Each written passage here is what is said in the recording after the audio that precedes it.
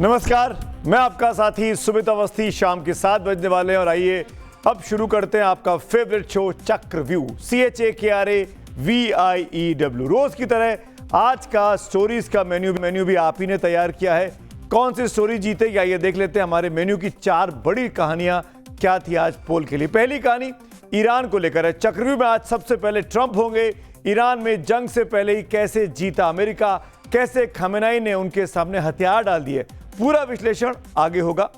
दूसरी कहानी जो आज के मेन्यू में थी वो है बीएमसी चुनाव में अमिट स्याही के मिटने वाली खबर का सच क्या है और कौन बन सकता है मुंबई का धुरंधर, ये भी आपको बताएंगे। बने रहिए, एग्जिट पोल भी हमारे साथ होगा। और तीसरी कहानी आज थी सुप्रीम कोर्ट में ईडी की छापेमारी पर कैसे फंस गई हैं अब दीदी ममता बनर्जी। कोर्ट रूम में आज क्या कुछ हुआ, सब कुछ विस्तार से आपको बताएंगे, लेकिन थोड़े इंतजार के बाद। और चौथी कहानी जो आज हमारे मेन्यू में थी, अनुज चौधरी जो कि एक यूपी के पुलिस अधिकारी हैं, उन पर हाईकोर्ट में अब दंगल छिड़ गया है। एफआईआर पर विपक्ष ने कैसे मचा दिया है बवंडर, ये भी आपको बताऊंगा, लेकिन कुछ इंतजार के बाद सबसे पहले पब्लिक व्यू के नतीजे जान लेते हैं। ट्विटर पर, यूट्यूब पर और फेसबुक पर किसको कितने वोट मिले हैं उसको कंपाइल कर सोशल मीडिया पोल का नतीजा इस पब्लिक व्यू में देखते हैं। चौथे नंबर पे जो कहानी है सबसे नीचे, वो ईरान की है। 15% लोग ईरान का अपडेट जानना चाहते हैं, जो कि बहुत अच्छी तादाद है ईरान और अमेरिका का अपडेट जानने के लिए। तीसरे नंबर पर जो स्टोरी आई है वो अनुज चौधरी की कहानी है, जो यूपी के पुलिस अधिकारी हैं जिन पर लेकर अब हाईकोर्ट में कोर्ट में दंगल छिड़ गया है।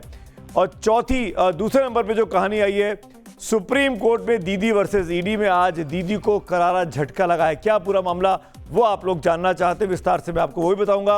और पहले नंबर पर मुंबई का धुरंधर तय हो गया है। जी हां, बीएमसी चुनाव खत्म हो चुके हैं, वोटिंग हो चुकी है, कल सुबह नतीजे आएंगे, लेकिन एग्जिट पोल मेरे पास आ गए हैं। तो जानना चाहते हैं मुंबई का किंग कौन होगा, तो बने रहिए मेरे साथ। 46% लोग इस खबर में दिलचस्पी रख रहे हैं। तो शुरुआत आइए आर्थिक राजधानी, यानी जहां से सबसे अधिक माल आता है, देश का खजाना भरता है, उस जगह यानी मुंबई से मैं करना चाहूंगा।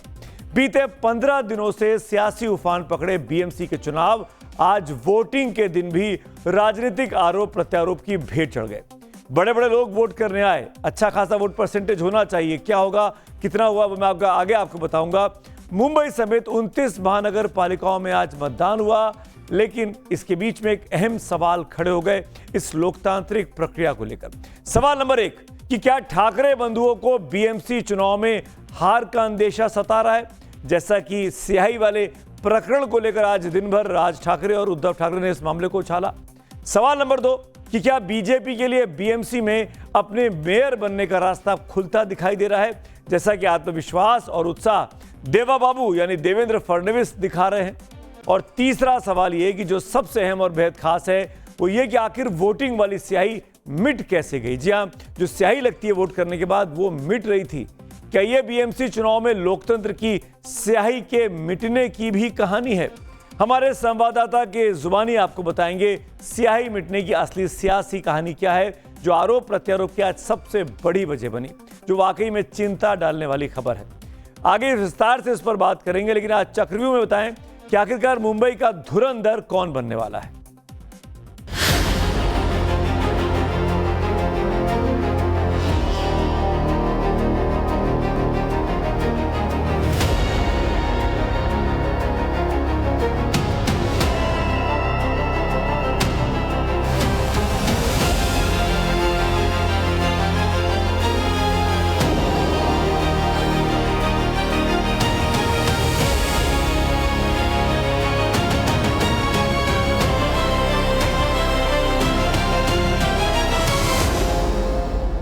लेकिन आज सबसे पहले बात उस स्याही की जिसके मिटने पर हंगामा मचा है।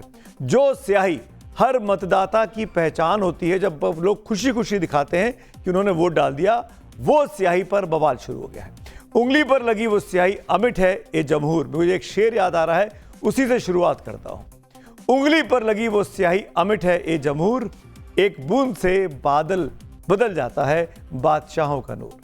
फिर से सुन लेते हैं पूरे शेर को।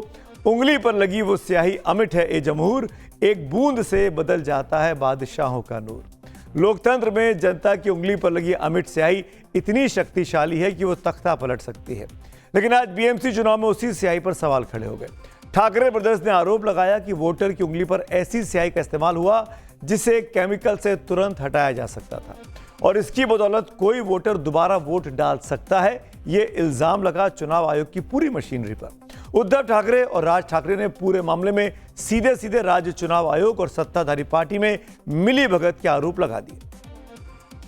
पहला चुनाव है जिसमें बहुत सारी शिकायतें आ रही है। मतदान के बाद जो इंक लगाई जाती है तुरंत वो निकाली जा सकती है। ये तो गंभीर है और ये मुझे कुछ फोन भी आए और आपके टीवी चैनल पर मैंने देखा भी।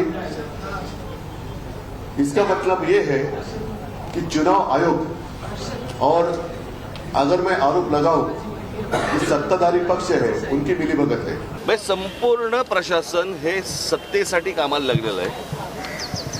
आम्ही आमच्या परीने जे काही करायचे ते करतोच आहोत, बरं का, परंतु ही काही चांगली लोकशाहीची लक्षणं नाहीत। चुनावों में जब स्याही लगती है, जिसको चुनाव की स्याही बोलते हैं, ये अमिट होती है, इसको कई दिनों तक लगी रहती है हाथ पे। लेकिन जो आरोप ठाकरे बंधुओं ने लगाया वो वाकई में गंभीर है। उसकी सच्चाई क्या है ये परखने के लिए हमारे मुंबई के सहयोगी राकेश त्रिवेदी ने एक लाइव डेमो किया है। क्या कुछ निकलकर सामने आया हमारे कैमरे में, आइए देखते हैं। और अग्निल आप दिखाइए, देखिए अग्निल जो है ये वोट करके आए हैं और इनके उंगली पर जो है स्याही लगी हुई है। आप कितने समय पहले आप वोट करके आए हैं अग्निल? जी मैंने अभी जस्ट वोट किया है, वर्सोवा कॉन्स्टिट्यूंसी से मैंने वोट किया है और स्याही लगाई या मार्कर लगाया गया था। हम कंफर्म कर सकते हैं कि मार्कर लगाया गया था। इसके पहले जब भी वोटिंग की थी असेंबली के इलेक्शन में, विधायक के इलेक्शन में, तभी स्याही लगाई गई थी, ये मुझे अच्छे से याद है। तो इस बार एक तरीके से एक चेंज देखने के लिए मिला कि मार्कर से ये लगाया गया। अभी हम देखेंगे कि ये कैसे ये निकलता है कि नहीं, बिकॉज सिर्फ अपोजिशन नहीं, लोग भी अपना वीडियो बनाकर काफी डाल रहे हैं, पे बहुत सारी वीडियो डाल रहे हैं। तो इसमें चेक करने की भी जरूरत है। आपको ये दिखाता हूँ, ये देखिए साहिल यहाँ पर है मेरे साथ और ये एसीटोन हमने यहाँ पर लाया हुआ है, साथ में कॉटन है। साहिल आप इसको भिगो दीजिए पहले एसीटोन से, देखते हैं। और तब तक हम ये देखिए जो आज यहाँ पर इंक लगाया हुआ है अग्निल ने, ये एसीटोन जो है हमने रेडी कर दिया है और अब हम मिटा के देखने की कोशिश कर रहे हैं। और ये देखिए हम लाइव डेमो आपको दिखा गए हैं। आप ये तस्वीरें देख रहे हैं, ये स्याही जो धीरे धीरे हल्की हो गई है। हम आपको लाइव डेमो दिखा गए हैं, आपको ये तस्वीरें दिखा गए। ये देखिए पूरी तरीके से निकल चुका है, निकल गया। इसमें ना एक नाखून से अगर ऐसा किया और फिर उसके ऊपर एसीटोन लगा दिया तो निकल गया। देखो पूरा निकल चुका है। तो देखा आपने किस तरीके से एसीटोन को निकालकर मार्कर की लगी जो स्याही थी उसको हटा दिया गया। मार्कर का इस्तेमाल हुआ, चुनावी स्याही का इस्तेमाल नहीं हुआ और ये आसानी से एसीटोन से मिट रही थी और यही बड़ा इल्जाम लगा। चुनाव आयोग की ओर से वोटर के बाईं हाथ के इंडेक्स फिंगर पर जिस स्याही का इस्तेमाल किया जाता है वो दरअसल महज एक निशान नहीं बल्कि लोकतंत्र की सुरक्षा का मजबूत हथियार माना जाता है, क्योंकि ये एक व्यक्ति के कई बार वोट करने से रोकने के लिए लगाई जाती है। इसे पानी, साबुन, डिटर्जेंट, तेल, हैंड वॉश या रगड़ने से आसानी से नहीं मिटाया जा सकता। कम से कम 72 घंटे तक मजबूती से ये निशान बना रहता है और कई मामलों में तो 15 दिन से एक महीने तक ये इंक आपकी उंगली पर दिखाई देती है। Mysore paints and varnish limited ही एकमात्र कंपनी है जो ये एडिबल इंक का इस्तेमाल करती है, बनाती है। इसके बनने का पूरा फॉर्मूला बहुत सीक्रेट रखा जाता है ताकि हर कोई व्यक्ति आसानी से इस इंक का इस्तेमाल ना कर सके, बना ना पाए। जाहिर है जो अमिट स्याही है वही डेमोक्रेसी का सेफ्टी वेपन है और उस पर ही वोटिंग के दौरान सवाल उठ जाएं तो हड़कंप तो मचेगा ही। फौरन स्टेट इलेक्शन कमीशन ने सफाई जारी की और कहा कि लोकल बॉडी इलेक्शन में इंक की जगह मार्कर पेन का इस्तेमाल होता आया है और ऐसा 2011 से चल रहा है। इतना ही नहीं, स्टेट इलेक्शन कमीशन ने स्याही मिटाकर दोबारा वोट करने वालों पर सख्त कानूनी कार्रवाई की बात भी कहकर एक तकल्लुफ पूरा किया। इलेक्शन कमीशन ऑफ इंडिया जो इंडेलिबल इंक यूज़ करते हैं वही इंडेलिबल इंक है। ये मार्कर पेन के स्वरूप में है और ये मार्कर पेन राज्य निवडणूक आयोग 2011 से यूज़ करते आ रहा है। इस प्रकार अगर किसी वोटर ने मतदान करने के बाद फिर से मतदान करने की कोशिश की तो वो वोटर के विरुद्ध कार्रवाई की जाएंगी। सवाल तो वाघमारे साहब से ये है जो कि चुनाव आयोग है क्या ने सर्वे है महाराष्ट्र में कि आखिरकार आपने मार्कर पेन का इस्तेमाल क्यों किया और आप कैसे पहचानेंगे कि कोई आदमी मिटा के दोबारा वहां पहुंचा है वोट करने के लिए, और क्या आपने किसी के खिलाफ मुकदमा दर्ज किया? ये सफाई अब कब मिलेगी हम सबको? स्याही के विवाद ने तूल पकड़ा तो सीएम देवेंद्र फडणवीस और डिप्टी सीएम एकनाथ शिंदे भी मीडिया के सामने आए। फडणवीस ने कहा कि उन्होंने भी वोटिंग की है, उंगली पर मार्कर से निशान लगा है। पूछा कि क्या ये मिट रहा है। फडणवीस ने कहा कि ठाकरे ब्रदर्स अभी से हार के बहाने तलाश रहे हैं कि अभी विपक्ष ने नई स्क्रिप्ट लिखनी चाहिए। ये स्क्रिप्ट घिस गई, इसके खिलाफ वो हाई कोर्ट में हारे, सुप्रीम कोर्ट में हारे, सुप्रीम कोर्ट ने उनको लताड़ा, बावजूद उसके वही स्क्रिप्ट उनकी चल रही है। और इस बात से एक चीज़ बहुत पक्की हो जाती है कि हमारे इस चुनाव में हमारी जीत ये पक्की दिखती है, क्योंकि अभी से अगर हमारा विपक्ष कल की हार के बाद क्या बोलना है इसकी प्रैक्टिस कर रहा है। विपक्ष को पता है कि वो पराजित हो सकते हैं, इसलिए पहले से ये जो कारण है वो ढूंढ रहे हैं। लेकिन मैं यही कहूँगा कि चुनाव में पूरी ट्रांसपेरेंसी हो, चुनाव में कोई भी बोगस मतदान ना हो, और चुनाव हर एक को अपना जो चुनाव का अधिकार है, मत देने का अधिकार है, वो अदा करने का पूरा हक है। और वो इसके लिए चुनाव आयोग ने उसकी व्यवस्था और नियोजन करना चाहिए। जो चुनाव इतना क्लोजली कॉन्टेस्टेड हो उस पर तो सवाल खड़े ही नहीं होने चाहिए कि इंक मिट रही है तो क्यों मिट रही है। चुनाव आयोग का दायित्व होता है कि इस पर वो दूध का दूध और पानी का पानी पक कैसे करे, वरना सवाल तो खड़े होंगे। अब महाराष्ट्र के महानगर पालिका के अलग अलग रंग भी आपको दिखा देते हैं, क्योंकि चुनाव 29 महानगर पालिकाओं में हुए। महाराष्ट्र के तमाम सियासी योद्धा सुबह से ही वोटिंग के लिए अपने अपने बूथ पर पहुंचे। सीएम, डिप्टी सीएम, विपक्षी सूरमा, हर किसी ने सिविक बॉडी इलेक्शन में बढ़ चढ़कर आज हिस्सा लिया। वोटिंग नागपुर की महानगर पालिका के लिए भी हुई। नागपुर में संघ का आरएसएस का मुख्यालय है। यहां पर आरएसएस के मुखिया मोहन भागवत ने वोट डाला। मतदान के बाद मीडिया से बातचीत में संघ प्रमुख ने नोटा को लेकर बड़ी बात कह दी। उन्होंने कहा कि नोटा लोगों को अपनी असहमति व्यक्त करने का एक विकल्प देता है, लेकिन किसी को भी वोट नहीं देने से बेहतर है कि किसी को वोट दिया जाए। नोटा ये लोगों के मन में जो उद्वेग रहता है उसके लिए एक रास्ता दिया है, ये बात सही है, परंतु किसी को नहीं देना, यानी जो नहीं चाहिए उसको मिलना, ऐसा होता है। महाभारत में अराजक का निषेध किया है भीष्म जी ने, धिक अराजकम, ऐसा उन्होंने कहा है। तो कोई राजा नहीं है इससे जो उसमें त्यातल्या त्यात, ऐसा मराठी में कहते हैं, उसमें जो अच्छा लगता है सबसे उसको देना ये ज्यादा अच्छा है। कोई तो भी होना चाहिए वहां।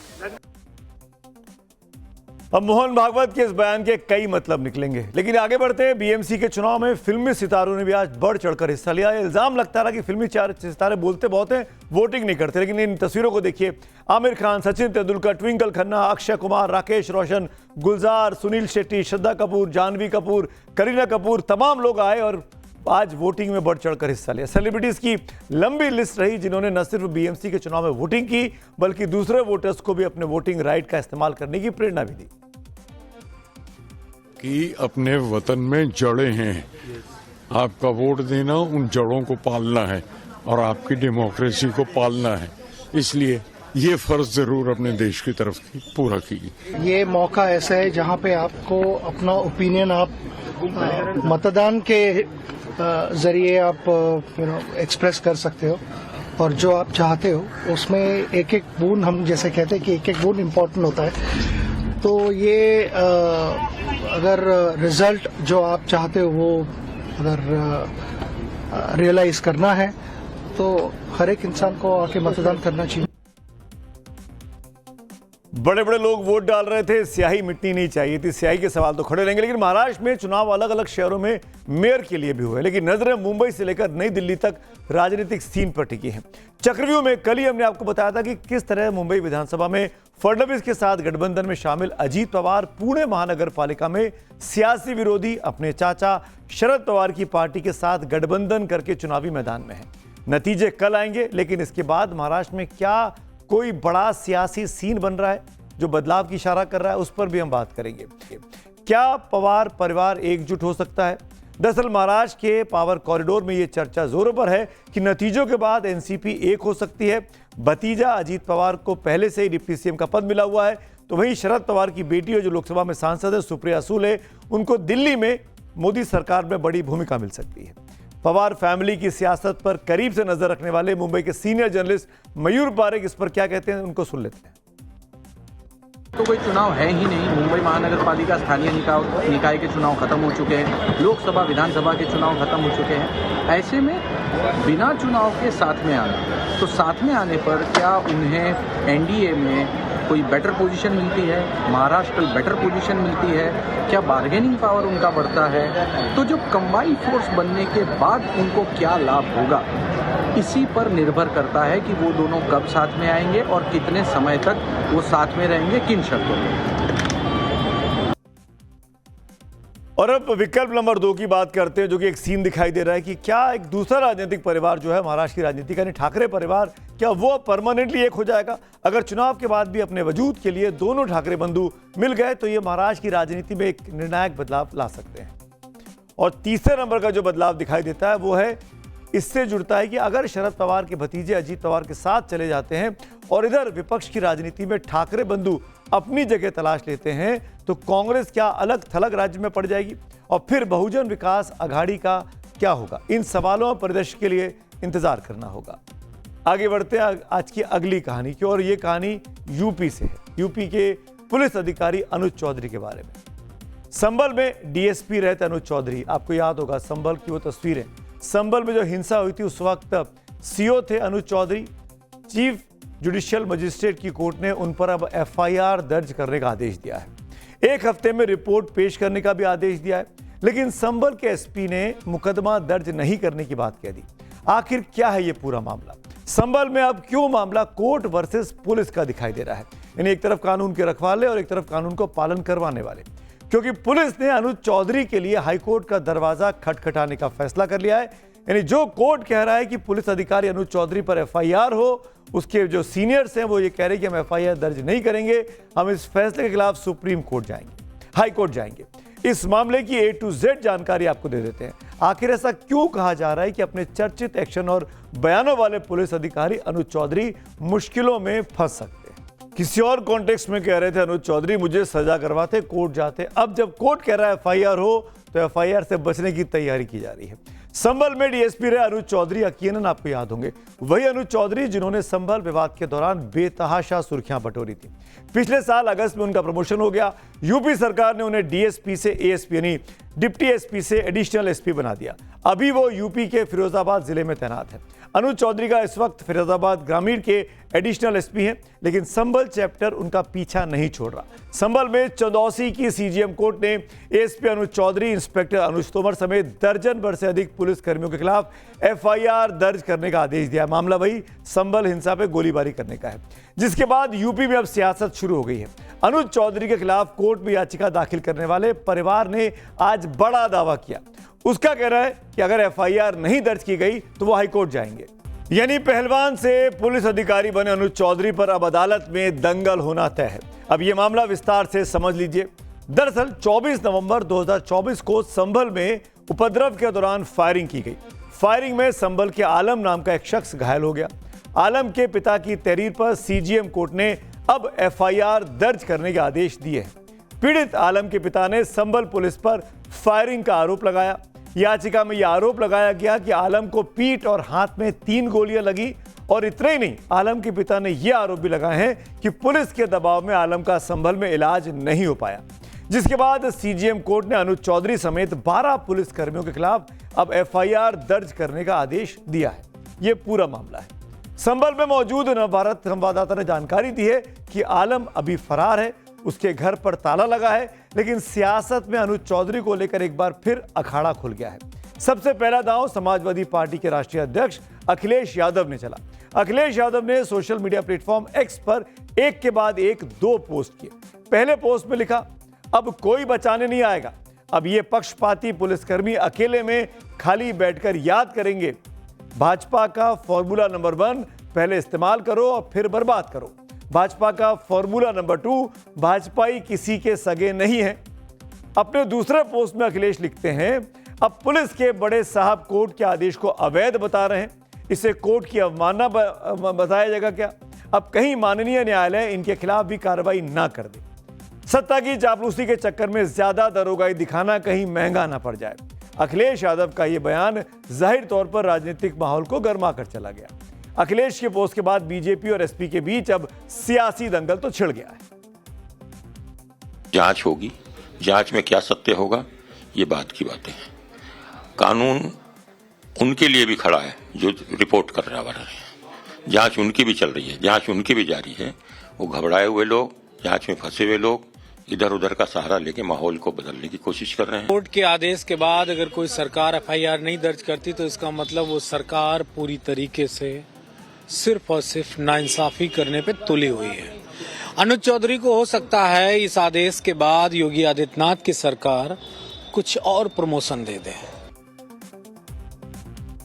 अनुज चौधरी को लेकर सियासी घमासान कोई नया नहीं है। 2024 में भी हुआ था, 2025 में भी हुआ और अब 2026 की शुरुआत में भी हो गया। 24 नवंबर 2024 को संभल के जामा मस्जिद में एडवोकेट कमिश्नर के सर्वे के दौरान हिंसा भड़की थी।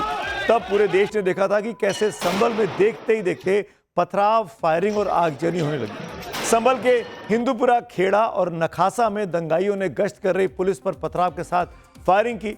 पुलिस की गाड़ियों को आग के हवाले कर दिया, साथ ही पुलिस की मैगजीन और कारतूस भी लूटे गए थे। वहीं उपद्रवियों पर काबू पाने के लिए पुलिस ने फायरिंग की थी।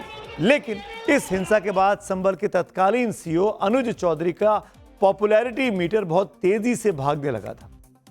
अनुज चौधरी तो प्रमोशन पाकर संभल से फिरोजाबाद चले गए, लेकिन संभल वाला मामला पुलिस से अब संभला नहीं है।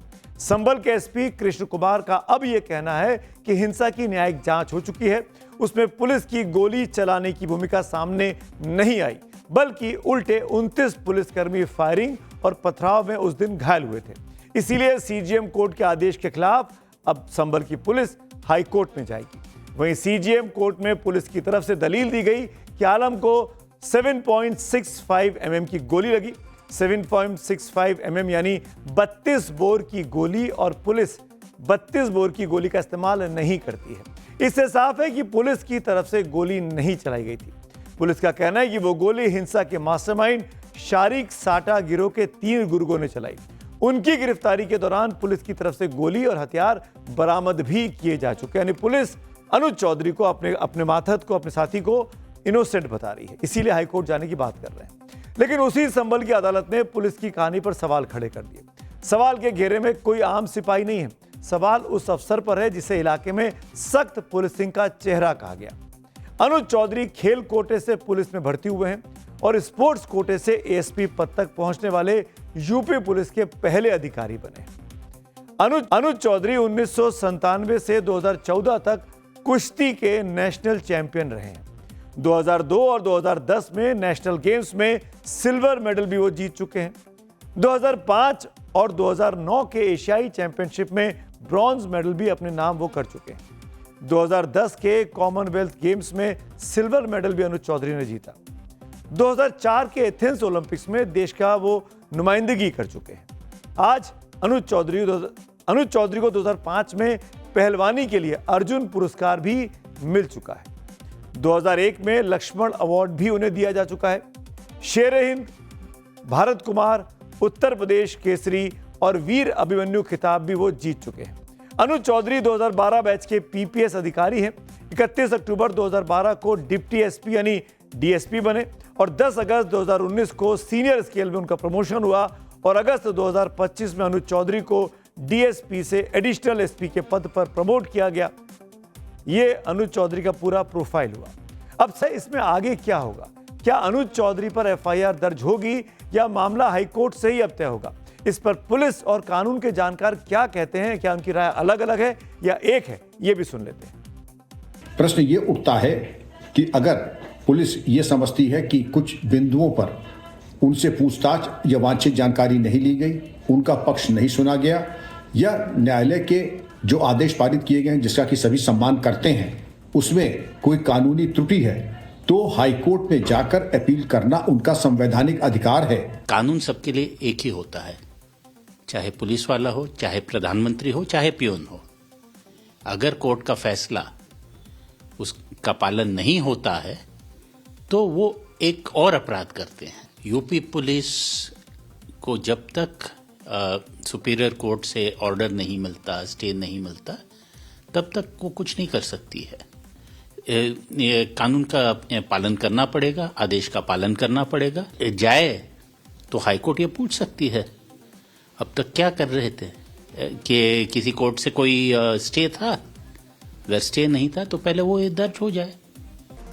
और अब बात करते हैं आज की अगली बड़ी खबर की, जो पब्लिक व्यू में जिसको भरपूर वोट मिले, वो है ईरान और अमेरिका का अपडेट। जहां जंग से पहले ही ट्रंप ने लगता है कि पहला राउंड इस जंग का जीत लिया है, एक चौका लगा दिया है। ईरान में वाकई में हालात चिंताजनक है। आज ईरान ने अपना एयर स्पेस बंद करने का ऐलान कर दिया। तो ईरान में जो कुछ हो रहा है उसका असर भारत में भी दिख रहा है। भारत के बड़ी संख्या में वहां पर छात्र पढ़ते हैं। अब इस पूरी जंग में असदुद्दीन ओवैसी और जम्मू कश्मीर के मुख्यमंत्री उमर अब्दुल्ला भी आज कूद पड़े भारत का कंसर्न को लेकर। क्या है इन दोनों का मामला, वो आगे मैं आपको बताऊंगा, लेकिन पहले आपको ईरान के ग्राउंड जीरो पर लेकर चलते हैं और आपको ताज़ा अपडेट दे देते हैं। ईरान बदलाव की क्रांति का ज्वालामुखी बन चुका है, जो अब कभी भी फट सकता है, और उसका ठेका अमेरिकी राष्ट्रपति ट्रंप ने इन दिनों लिया हुआ है। वैसे तो ट्रंप दुनिया के सबसे बड़े बयान बहादुर इन दिनों बने हुए हैं। कुछ भी बोलते हैं, कभी युद्ध रुकवाने का दावा करते हैं तो कभी खामनेई को खुली धमकी देते हैं। इन दिनों वो ईरान से ज्यादा सीधे तौर पर भिड़े हुए हैं। दरअसल ईरान इस समय दो तरफा घिरा हुआ है। एक तरफ बदलाव की ज्वाला भड़की हुई है, तो दूसरी तरफ ट्रंप ने खामनेई की नींद उड़ा कर रखी है। न जाने कौन सा बम तेहरान पर कब गिरा दे, कोई नहीं जानता। लड़ाई कब होगी भी या नहीं होगी, या केवल गीदड़ भभकी है, ये भी किसी को नहीं पता। लेकिन तनाव भरपूर बना हुआ है। खामनेई के खिलाफ छिड़ी इस जंग में ट्रंप पहला राउंड जीतते हुए दिखाई दे रहे हैं। मैं क्यों कह रहा हूं, समझ लीजिए इस बात को। ट्रंप के गुस्से से घबराए खामनेई ने लगता है कि पहले राउंड में सरेंडर कर दिया है। ट्रंप की धमकियों के बाद ईरान प्रदर्शनकारी इरफान को फांसी देने के फैसले से फिलहाल पीछे हट गया है। विरोध की आवाज दबाने उठा खामनेई का खंजर ट्रंप के आगे फेल होता दिखा। ईरान बुधवार को यानी कल ही 26 साल के प्रदर्शनकारी इरफान सुल्तानी को फांसी देने वाला था। ये तस्वीर में इरफान दिखाई दे रहा है। कल हमने इस खबर को प्रोमिनेंटली आपको दिखाया भी था। अब इस पर ट्रंप ने ईरान को धमकी दी थी और कहा था कि अगर इरफान को फांसी दी गई तो अमेरिका छोड़ेगा नहीं। दरअसल अमेरिका ईरान में खामनेई के खिलाफ प्रदर्शन के पीछे पूरी तरीके से खड़ा हुआ है। अमेरिका किसी भी कीमत पर नहीं चाहता कि खामनेई के खिलाफ विरोध की आग ठंडी पड़े। ऐसे में अगर इरफान को फांसी हो जाती तो ट्रंप का मास्टर स्ट्रोक फेल हो जाता।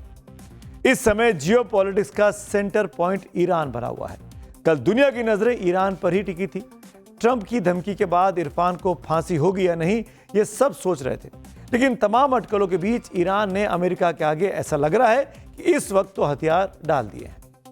एक विदेशी न्यूज चैनल से बात करते हुए ईरानी विदेश मंत्री अब्बास अरकाजी ने कहा कि उनकी फांसी देने की कोई योजना नहीं है।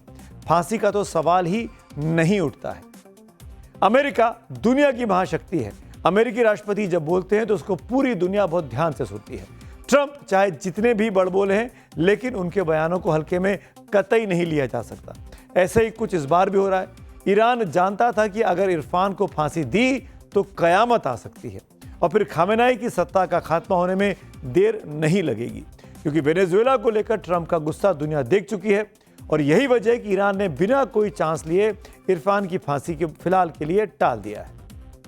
ईरान में इरफान की फांसी तो टल गई, लेकिन विरोध प्रदर्शन ठंडे नहीं पड़े हैं। सब कुछ ट्रंप की स्क्रिप्ट के मुताबिक जैसे हो रहा है। के बाद शाम में झड़प और आगजनी की तस्वीरें एकदम नई हैं। राजधानी तेहरान में भी रात को विरोध प्रदर्शन और उग्र होते जा रहे हैं। प्रदर्शनकारी लॉन्ग लिव द शाह के नारे लगाते हुए सुने जा सकते हैं।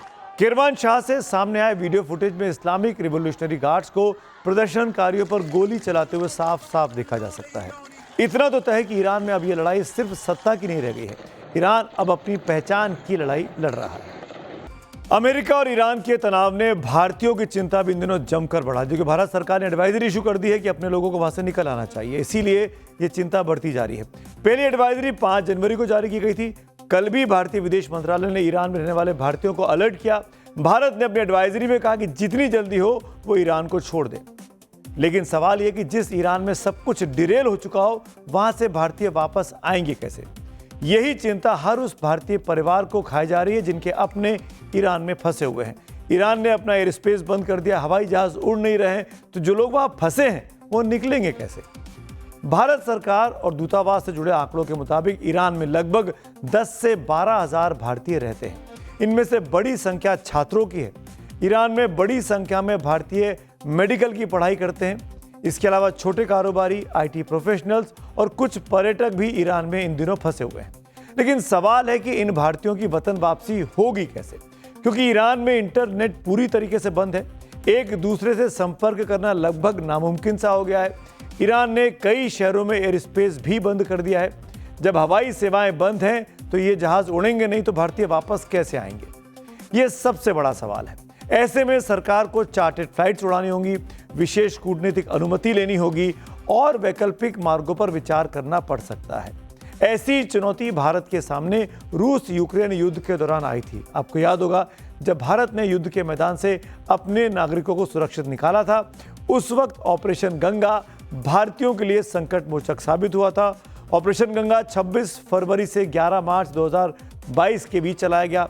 यूक्रेन में फंसे भारतीयों को वहां से रोमानिया, हंगरी, पोलैंड और मोल्दोवा और स्लोवाकिया जैसे पड़ोसी देशों से होते हुए वापस भारत लाया गया था। इस बार भी भारत के सामने कुछ ऐसे ही चुनौती आने वाली है, जिसकी मांग ईरान में फंसे भारतीयों के परिजन अब यहां हिंदुस्तान में कर रहे हैं। यही अपील है गवर्नमेंट ऑफ इंडिया से, अपने यूटी गवर्नमेंट से, गवर्नर साहब से, सीएम साहब से, कि एक तो इमरजेंसी कंट्रोल रूम सेट करें यहाँ पर, पेरेंट्स को अपडेट्स लाइव अपडेट्स दे दे। और दूसरी ये बात कि इवैक्यूएशन, अगर इवैक्यूएशन प्रोसेस उनको स्टार्ट करनी है तो इवैक्यूएशन प्रोसेस स्टार्ट कर दीजिए, उनमें उसको हेल्प कर दीजिए। ऑन देयर ओन मत छोड़ दिए उनको इस वक्त। अगर नॉर्मल सर्कमस्टांसेस होते तो nobody would have asked, it was our right. हम ये रेस्पॉन्सिबिलिटी भी नहीं डाल रहे हैं, लेकिन एवरी जो सिटीजन जिस कंट्री के होते हैं उस कंट्री का ये रिस्पॉन्सिबिलिटी बनती है कि अपने सिटीजन्स को प्रोटेक्ट करना। लेकिन वो बड़ी मुसीबत में है वहाँ पे।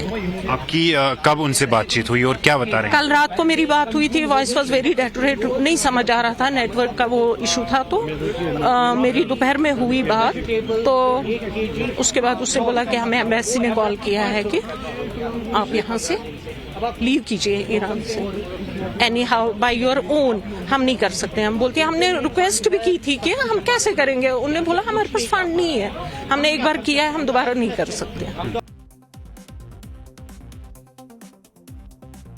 इस बीच जम्मू कश्मीर के मुख्यमंत्री उमर अब्दुल्ला ने विदेश मंत्री एस जयशंकर से बात की है। इसकी जानकारी उन्होंने सोशल मीडिया साइट एक्स पर पोस्ट के जरिए दी। उमर अब्दुल्ला का पोस्ट आपके सामने है, जिसमें वो कह रहे हैं कि जयशंकर साहब से बात हुई है, उनसे कहा है कि वहाँ जो भारतीय छात्र, जम्मू कश्मीर के छात्र फंसे हुए हैं, उनको सुरक्षित बाहर लाने के लिए कुछ इंतजाम करने चाहिए। उसको लेकर वो चिंता जाहिर कर रहे हैं। इस अंग्रेजी का मैंने हिंदी तर्जुमा करके मोटे तौर पर बता दिया। इस बीच एक तरफ कश्मीर में छात्रों के परिजन सरकार से मदद की गुहार लगा रहे हैं, तो दूसरी तरफ AIMIM के चीफ असदुद्दीन ओवैसी ने विदेश मंत्रालय से छात्रों की सुरक्षित वतन वापसी की भी मांग की है। ओवैसी ने सोशल मीडिया प्लेटफॉर्म एक्स पर लिखा, ईरान में सैकड़ों भारतीय छात्र पढ़ाई करते हैं, जिनमें से अधिकांश तेहरान के शाहिदी बहिश्ती यूनिवर्सिटी में पढ़ रहे हैं। यहाँ लगभग 70 से 80% भारतीय छात्रों के फंसे होने की सूचना है, जिनमें से 5 से 8 छात्र हैदराबाद के भी हैं।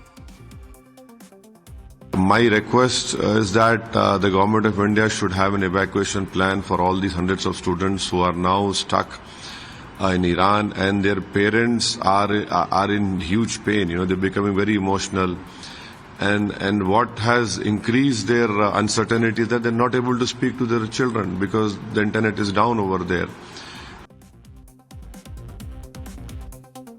असदुद्दीन ओवैसी और उमर अब्दुल्ला ने चिंता जाहिर की है। विदेश मंत्रालय क्या करता है उस पर हमें नजर है। लेकिन आपको बता दें कि ईरान के चाबार बंदरगाह में करीब 1000 के करीब भारतीय काम कर रहे हैं। फिलहाल चाबार में सीधे तौर पर भारतीयों के फंसे होने की कोई स्पष्ट रिपोर्ट सामने नहीं आई है। जैसे कि मैंने कहा कि इंटरनेट बंद है, खबरें निकालना ईरान से आसान काम नहीं है। लेकिन अगर ईरान में हालात और खराब होते हैं तो भारत के लिए इन लोगों की वतन वापसी एक बड़ी चुनौती साबित हो सकती है। इस बीच आगे बढ़ेंगे आज की एक और बड़ी खबर की ओर, एक और बड़ी और दिलचस्प खबर की ओर। यूपी सरकार के एक मंत्री हैं, दर्जा प्राप्त मंत्री।